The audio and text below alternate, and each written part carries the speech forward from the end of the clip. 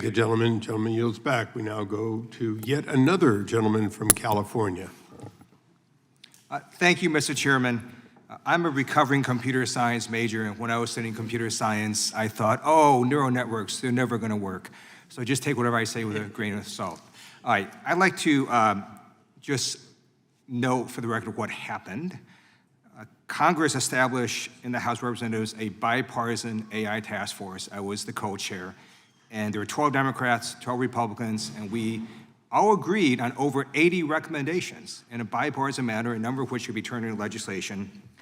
And instead, the Trump administration basically says, no, we don't want Congress doing anything, and we'll go to the states and not have them do anything. We'll have zero regulation. And the Trump administration tried to put in a 10-year moratorium ban on states that was opposed by 17 Republican governors, 20 Republican attorney generals, and 130 Republican state lawmakers.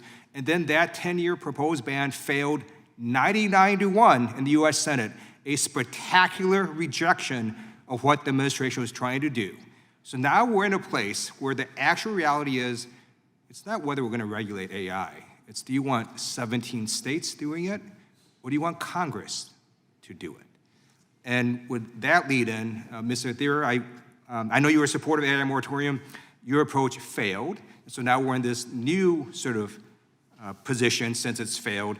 I'm curious, what areas do you think Congress should regulate in? Because it's clear we're not going to preempt with nothing, sure, right? What are the things that you think that would be helpful for the American innovation? Sure. Well, first of all, Congressman, I want to thank you for your leadership on this with Representative Overnolte, with the House AI Task Force, and then also the legislation that you did mention that you sponsored on this. I think that was a good starting building block for what we can do. We've heard many other members here today talk about the sort of things that NIST could be doing, or the new CASI, which again is a carryover from the AI Safety Institute. We could take some of the ideas that are already been percolating at the state level, including in California and New York and others, to basically build upon what can be done in federal legislation. And you can combine that with other sort of targeted actions. I want to remind everyone here, people say Congress doesn't do anything. Does everybody already forgotten about the Take It Down Act? Passed overwhelmingly, right? We can take targeted approaches to this, and we can take broad approaches. The point is that we can't have the technocratic design of regulation being done in a patchwork like this, or that is going to create serious problems for American innovators as we continue to try to race against China to build out our capacity. We have to balance safety and innovation at the same time. So we do need to have some preemption. In my testimony, I spelled it out in great detail how to do this, but reserve certain powers to the states. I want to agree with the Democratic Attorney General of Massachusetts, who said, quote, existing state consumer protection, anti-discrimination, data security laws still apply to emerging technology, including AI systems, as they would in any other context. That's exactly right. States can continue to do that, but we need to have a federal framework to make sure we get this done right. Thank you. Just as a side, I think there may have been some disparagement of California. I just want to note, Apple is headquartered in California, Google, Meta, Anthropic, NVIDIA. Turns out that California does pretty darn well with the laws that we have. Professor Richards, I have a question for you. California is now proposing SB 53. Have you looked at that in the California legislature at all? Not at the level of detail that I want to answer questions under oath on it. Okay, then that's fine. Now, you, in your testimony, thinks there gentleman, should be... Before you came in, Mr. Frazier actually has studied it and is quite favorable in many areas of it. If you... Oh, so tell me about SB 53. What is your view of it?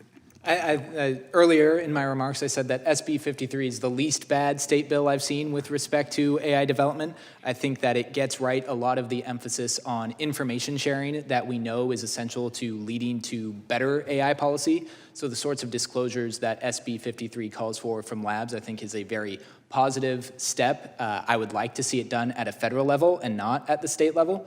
I also think that the whistleblower protections called for in SB 53 are important to, again, contribute more information sharing. But I will note that, for example, Senator Grassley has a whistleblower bill pending before Congress that I would prefer to be the vehicle for those sorts of protections. Thank you. I appreciate that. So, Professor Richards, let me go back to you. So your view is there should be no preemption whatsoever. So let me just sort of ask you this question that you can answer because my time will be up soon. When a large language model comes out, it goes through this enormous amount of training and then post-training and all this, and you have a model. So let's say one state says, we're going to mandate testing. Another state says, we're not going to mandate testing. A third state says, not only are we going to mandate testing, we're going to mandate the 27 specific areas where you have to test. And then another state says, we're going to go even further than that and do 35 specific areas and be very specific what you have to disclose, and on and on. How does even technically an AI company deal with that when they have one model? Do they just say, we're just not going to be able to allow this to happen, for example, in Missouri or California or Florida? Like, how does it even work if you have 17 states regulating one AI model? And I'll yield back and let him answer. I was giving you all that extra time so you can let him answer, and if there's a follow-up within reason, we'll let you have it. It's the advantage of being nearly at the end. There we go. Thank you. Under that hypothetical, Congressman, I think it would be very challenging for a company to apply, but it is not my position that there should be no preemption, just that we should not consider broad preemption of state AI laws. Under appropriate circumstances, a sensible federal law will be naturally preemptive, and I would welcome a reasonable federal AI statute, just as I have welcomed and advocated for a reasonable federal privacy statute, which the United States is the only advanced economy that does not have one. Great, thank you.